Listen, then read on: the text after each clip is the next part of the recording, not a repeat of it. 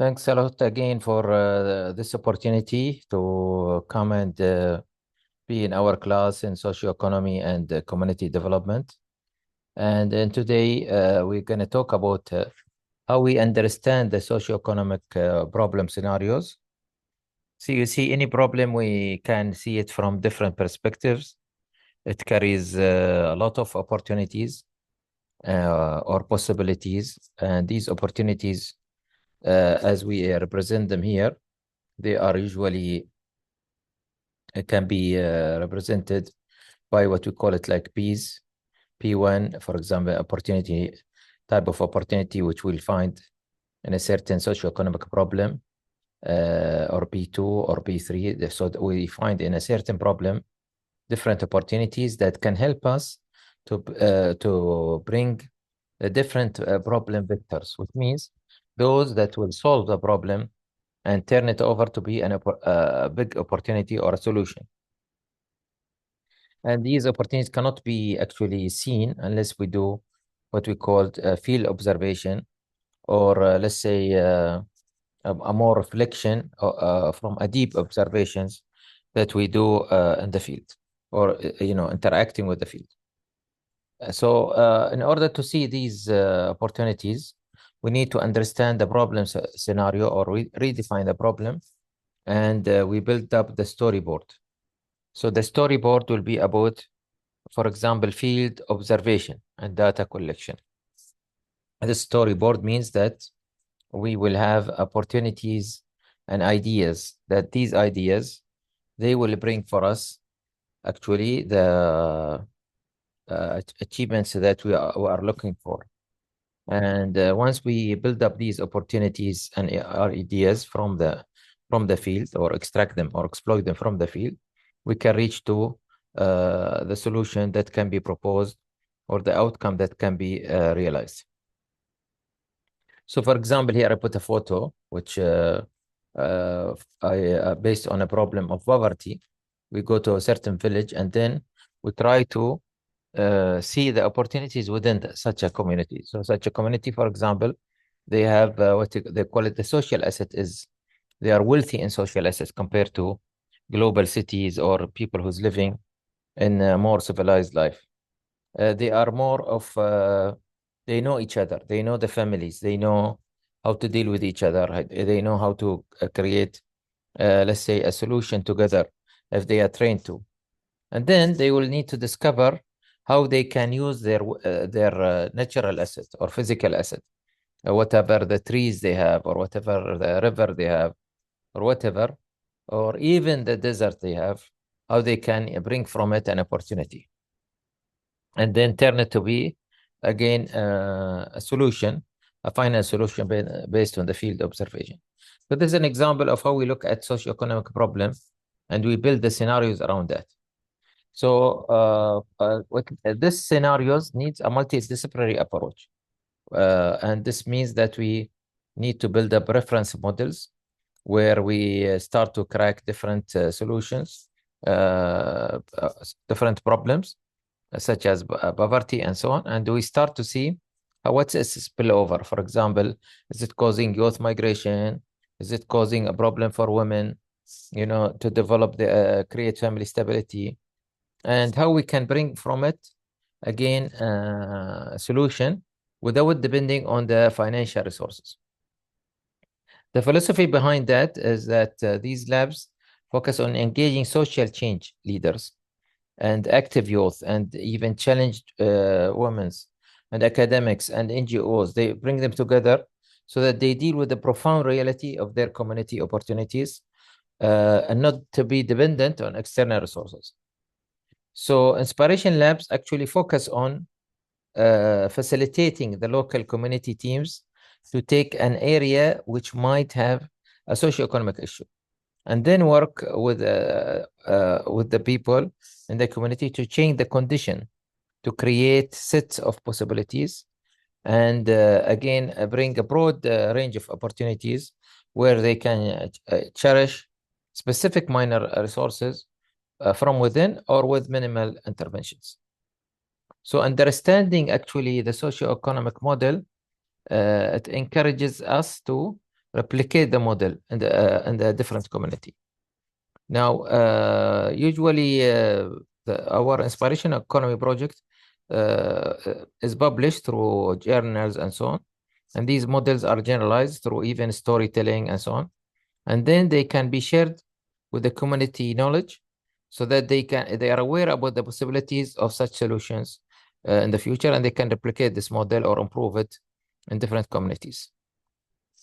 So the role and the basis of a business model, actually, it will it help us to really understand that every dream we have is supposed to go through ambiguity. And this ambiguity will help us to illustrate or find or exploit the specific socioeconomic issue, and then help us to build up the multidisciplinary perspectives and the type of curiosity that we need. And then it will help us to disrupt actually the status quo through inspiration labs, where we can find the intrinsic asset wealth. This will help us to build up the capacity for better solutions through and bringing a differentiation in the solution. And then, of course, it will help us to bring more accuracy that can be foresighted in the future. Each step help us to, again, exploit more opportunities and build up through these opportunities where they can be linked together to bring, let's say, a better outcome. So in every segment of community life, there is a new understanding that we are building every day. And when we are growing the cycle of people that work with the community partnership, we are actually bringing their power together to address specific problems to a specific goal, so they can be able to focus, and everyone will find their gifts and how they can, let's say, use it for the benefit of the community or to their own benefit. The asset-based, of course, community development, which is the ABCD approach, is one of the techniques that is used in socio-economic development in inspiration economy. ABCD is a powerful approach because it's focused on discovering and mobilizing the resources that are already present in the community. So ABCD, for example, encourages people to recognize that their community is a glass half full of assets, not a glass half empty with needs. So the more we see our what we have, and we appreciate what we have, or start to exploit whatever we don't see, it means that these resources will become more valuable because they are brought together to bring something, a product that is maybe the whole world needed. And of course, it will provide the people concerned new ideas how to mobilize and to work together to build a stronger community. Now, ABCD help also to bring effective community development that has three qualities. One, it is asset-based. Two, it is internally focused. And three, it builds relationship together, so it is relationship driven. This what means that when we talk about asset-based, we're focusing on discovering what can be productive in a community.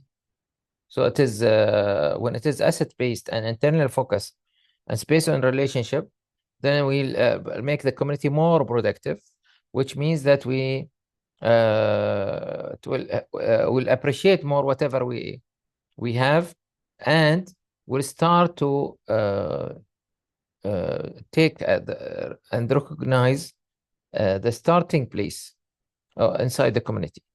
So communities only can get strong through connections that make fundamental action of community building.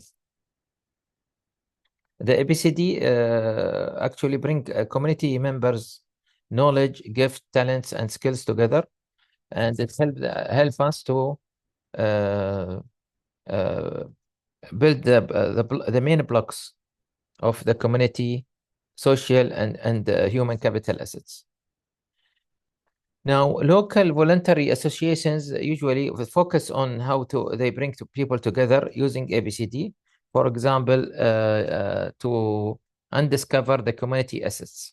This is one of the techniques that can be used in neighborhood groups, in self-help groups, in co-ops, in book clubs, and farmers clubs, and so on. Now, institutions, even like businesses, governments, and NGOs, and so on, they all have such sources of assets that can be, again, optimized and brought to be utilized to the benefit of community development, including even local businesses, parks, libraries, schools, hospitals, churches, mosques, and religious institutions. So local economic exchange circulates money, goods, and services through community, where people buy, sell, hire, and invest in their own neighborhood.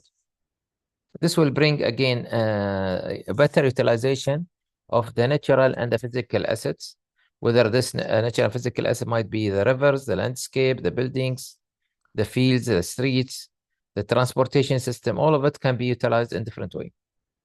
So the role of NGO in creating inspiring models, it means we need to focus on socio-economic problem solving, bringing intrinsic power together, and also focusing on actually how we can use the research and development to bring live models. This will help us to bring, again, better projects that will impact the inspiration, the resilience, the youth, the future foresighted currency, which is the inspirational currency. And it will help us to build the capacity for to discover more hidden opportunities, and will bring better curious mindsets to work together to build up experiential learning experience, which can be reflected in passion and persistence and perseverance. The more we do that, the more we can take, and we take challenges and we deal with ambiguity, the more we are going to build up a visualized legacy that we can appreciate today or later. Thank you very much.